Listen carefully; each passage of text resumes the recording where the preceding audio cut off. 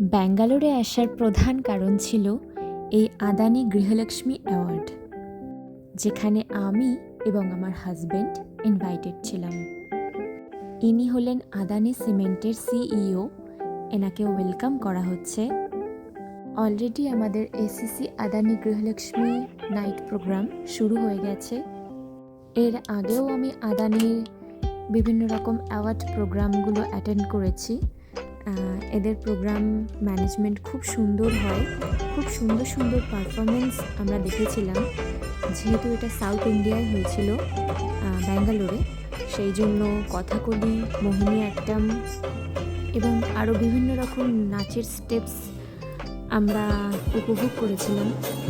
কিছু fusion dance প্রোগ্রামও ছিল। তোমরা দেখেই বুঝতে পারছো এই প্রোগ্রামের প্রেজেন্টেশন কতটা সুন্দর হয়েছিল। এখানে আমি যতটা মনে করতে পারছি, কান্তারার যে মিউজিকটা ছিল সেটার উপরই এই ডান্স স্টেপগুলো করা। আমার তো খুব ভালো লেগেছিল।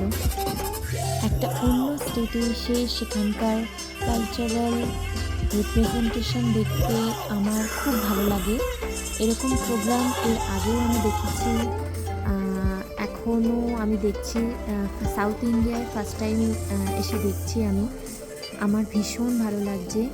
এই স্টেপসগুলোকে ঠিক কী বলে আমি জানি না, বাট জাস্ট দারুণ ছিল।